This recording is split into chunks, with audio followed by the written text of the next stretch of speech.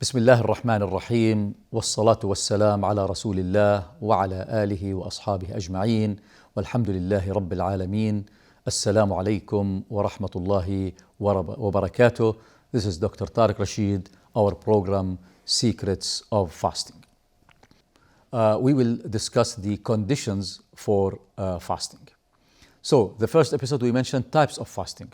However, there are some days that you are not allowed to fast, and this is haram to fast. These are the days of the first day of Eid al-Adha, the first day of Eid al-Fitr, because Eid al-Fitr is breaking the fasting of Holy Ramadan, so we have to celebrate. The idea of Islam, after each big ibadah, you have to celebrate by eating. So you are not allowed to fast in the first day of Eid al-Fitr.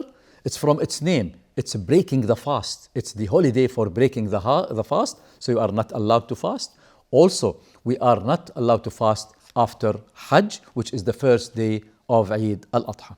And also, it's not allowed that you fast for age, which means you have to stop and break fasting, because if you go for the whole age by fasting always, this will affect actually your health. This will affect your contribution to your society. So you are not allowed to go for all days by fasting. So sometimes it's not allowed to go like this.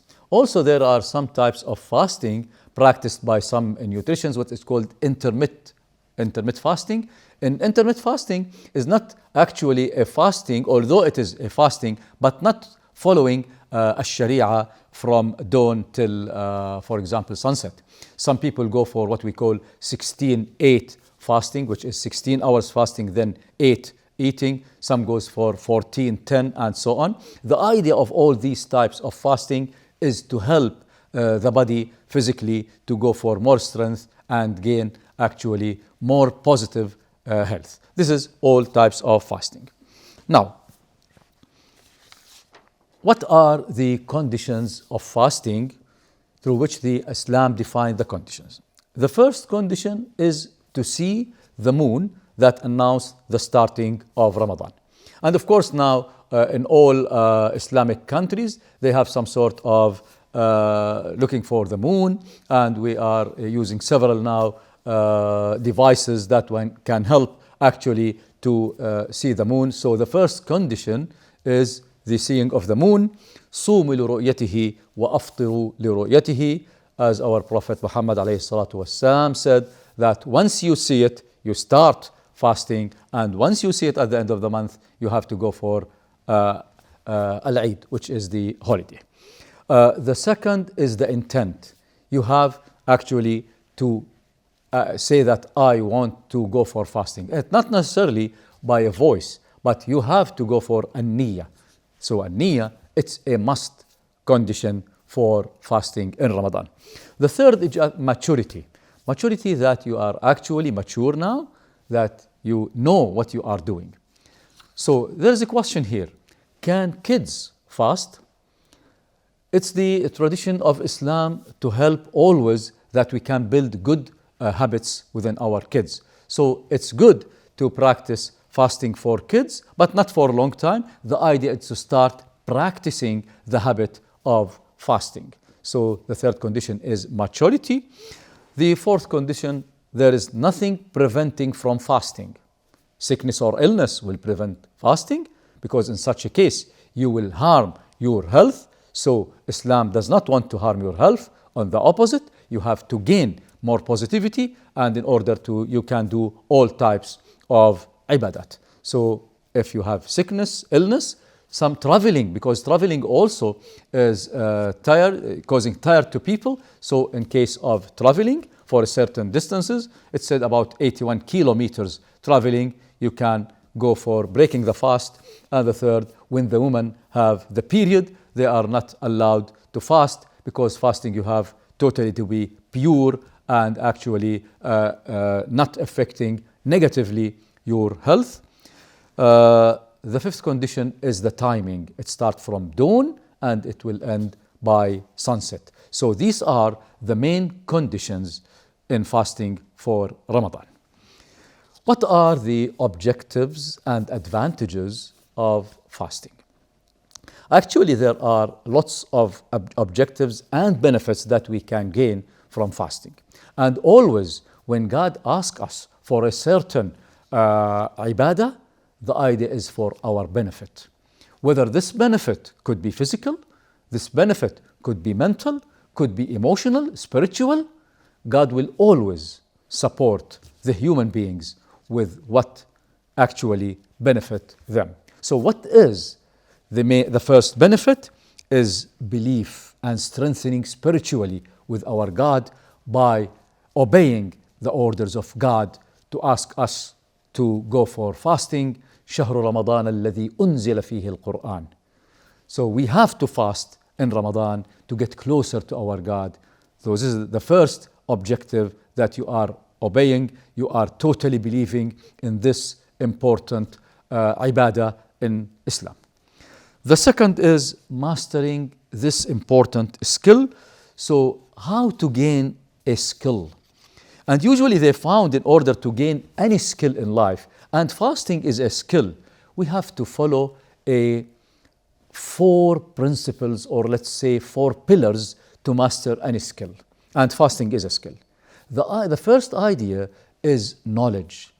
You have to know, to study about fasting, to be knowledgeable about this very important pillar, ibadah in al-Islam. So first you start to be knowledgeable in fasting. What its benefit? What are the conditions? Then once you learn about it, you start practicing. So by practicing, you start gaining, you start reading the actual effects and benefits of fasting. And in Ramadan, the idea is the whole concept you practice. So you can go for voluntary practicing, going for Monday and Thursday, going for 13th, 14th, and 15th of each month to practice this very important skill of fasting. Then once you practice, you reach the concept of gaining this habit. So it's a gaining habit, but you have to start actually by knowledge, practicing, and gaining. So because of this, Islam said that we can start learning our children how to start fasting at an earlier age. 7 years old will help actually our kids to grow, to know the importance of this skill. So fasting is a skill. To master, you have to follow this actually 3 main principles. Then fasting will re-energize everything in your life. And there is a model for the human. We said the model of 4LQE. 4LQE is the model of energizing, is the model of humanity. So what is the 4? What is the L? What is the Q? What is the E that will benefit actually from fasting? So what are the 4 parts of any human? Body is the first part. Mind is the second part. Heart is the third part. And the spirit is the 4th part. So we have 4 parts to be affected and get benefits from fasting. Your body, your mind, your heart, and your spirit. What are the L's in the model? So it's 4LQE. The L's concerned with the needs. So if we go for the body, what are the needs of body?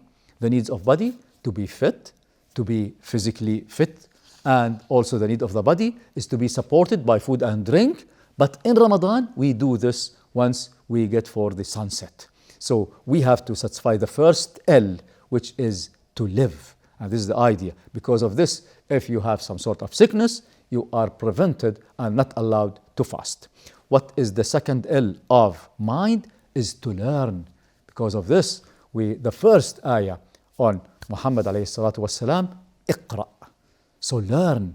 In the mind, we have to learn. We have to practice. What is actually fasting? You have to read and educate yourself. If you don't know how, you can go for teachers to know about the philosophy of fasting in order to help the brain to learn more about this important ibadah. What about the heart needs is the love of God, love to others, love of your society. Once you fast, you will get lots of benefits actually reflecting on each level, on yourself, on your society, on your health, on your mind, on your heart. And what is the fourth need of our spirit? The need of the spirit is to leave a legacy. By leaving a legacy, once you fast, actually you're having a credit that will, in al-akhirah, we will go hopefully, inshallah, for al-Jannah. So you are leaving a legacy for the moment that we meet with God, and hoping that we will all, as Muslim, be in al-Jannah. And this is actually the main need for our spirit to allow and obey our God to reach the fourth level, leave a legacy and the credit. So for al-akhirah, we go and get this credit. So this is the 4L. What about the Q's in the model, 4LQE? The Q is the intelligences or the competences or the abilities. In order to fast, there is what we call PQ, physical ability, physical intelligence. Because of this, you are prevented not to fast. You are not allowed to fast once you have sickness, illness, or things that prevent actually the physical effects on body. So the first Q is the, or the I, we can say Q or I, quotient or intelligence, is the competencies and capabilities. If you are capable, then the body will go for fasting. What about the Q of the mind? Sometimes it's called the IQ, the intellectual intelligence. The intellectual intelligence, once you go to fasting, actually you start thinking of God. You start relating more. You start being more knowledgeable. The mind will actually work, thinking in God, thinking to helping others. So this will reflect on your intelligence in mind. What about the emotions and the heart? It's called the EQ, emotional intelligence. And usually the heart in Islam is, as I mentioned in the first episode, is not just a pump for blood. No, the heart is everything. استفتي قلبك وإن أفتوك. ألا أن في الجسد لمضغة إذا صلحت صلح الجسد وإذا فسد الجسد ألا وهي القلب. And this our Prophet Muhammad says, there is the heart, everything, if it's clean and white, everything is okay. And if it's actually not clean, this will affect all your life. So this is again our heart. And Sayyidina Muhammad said, التقوى ها هنا وأشار إلى صدره. This is the main concept of the human being. And usually the heart is the leader. The mind is just applying what your heart says. So, استفتي قلبك وإن أفتوك. Always by fasting we clean the heart. We are directly, emotionally become more smart with people, with ourselves, with our society. So this is the EQ, and the highest level of the intelligences and competencies is what we call SQ, spiritual intelligence. You will be directly connected with God. This is the philosophy of fasting. What about the Q in the model? So it's 4LQE. E is the energy. And here is the concept. The body vanishes, but the energy is always there. Spirit is always there. So what about the energy? In fasting, you re-energize your body. You become more positive. You become more healthy. Because of this, you'll find in some sort of sicknesses, they prevent people from eating something.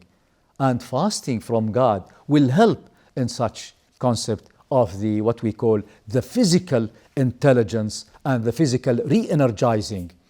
So even in other religions, they have some sort of fasting because to wash the body, to wash the mind and the heart. So the idea that re-energizing your body.